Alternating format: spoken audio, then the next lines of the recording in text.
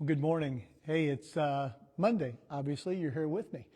The day after Resurrection Sunday, or some would call it Easter. And we had a great service yesterday. I'm here at the church again. A few things I need to tie up here this morning. But just had some amazing things happen yesterday. A person very close to our family at the end of the message raised their hand to receive Jesus. We prayed with them and they received Jesus as their Savior. And then there was another person very close to our family that I had the honor of baptizing, along with a number of other of our precious church family members, and just had a great service, just magnifying Jesus, lifting up our risen Savior. But along with, we talked about, the mission that Jesus was on. I mean, the Father sent him. He came. He lived a perfect, sinless life. He died on the cross. But you know what? He's not on the cross anymore. We have a lot of times that we focus so much on the cross, and the cross was necessary. That was part of the mission that Jesus was on. But he's not on the cross anymore. And then when he died on the cross, they buried him in a tomb. And you know what? He's not in the tomb anymore. Jesus is alive. He's risen. He's risen just like he said he would rise. And so he fulfilled his part of the mission. He did what he came to do. But after he died and he rose, he met with his disciples.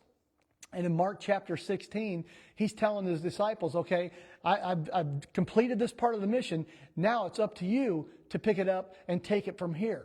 And he said to go into all the world and preach the gospel.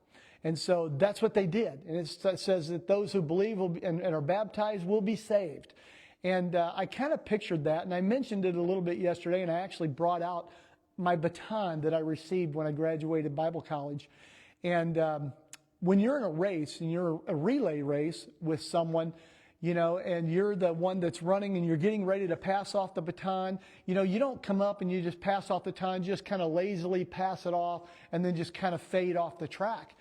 When somebody passes the baton to you, or when you're passing the baton to someone, you run and you're giving it all you got, and you slap that baton into their hand, and you're still at full speed. And when you hand off that baton, you don't just fade off, you say, go, go! So you're really trying to win that race. And then the next person takes the baton and they just go. And that's what Jesus did. When he completed his part of the mission, he handed us the baton and he said, go into all the world and preach the gospel. Some people think, well, I'm not a preacher. Well, you don't have to be a preacher. He said, go into all the world and tell people about me. Go into all the world and tell people about Jesus. But I don't know chapter and verse. But that's okay. You don't need to know chapter and verse right away. Once you start getting into the Word and you start knowing Jesus through the Word, you'll know chapter and verse. But really what you need to do is you need to go out and just tell people what Jesus did for you. But he said go. Our mission is ongoing. We're to carry that baton, carry on where Jesus left off. We pick up where he left off. I look for opportunity. I've shared this many a time. I look for opportunity. And the opportunity that we're looking for, some people think, well, I got to go to a foreign mission field, or I have to become a preacher, or I have to be this person or that person. No, your mission, your commission that he's given us, it may be across the fence in your backyard.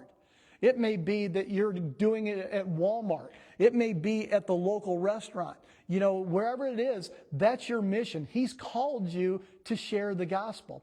It talks about in the Bible how the gospel will be preached throughout the world and then the end will come. You know what? I'm looking for that last one. That last one might be right here in Coles County. That last one might be here in Mattoon. It may be in Charleston. It may be in Humboldt. I don't know where the last one is, but I'm looking for the last one. And this next statement I'm going to make may not be theologically correct, but you know what? I'm no theologian, so I'm going to make the comment anyway. I'm looking to make heaven crowded. I'm looking to take as many people with me as I possibly can. Because there's so many people. That's what Jesus called us to do, is to go into all the world and preach the gospel. So that's what I want to do. And I want to do it with my whole heart. I want to do it so diligently. On this baton that I got, there's a commission on here that I agreed to when I left Bible college. It says, I commit today to carry the baton of revival to this generation. I will carry the banner of faith and God's power to the lost and dying world. This is my time to do all God has called me to do. I carry the banner of faith. Faith in what? Faith in Jesus.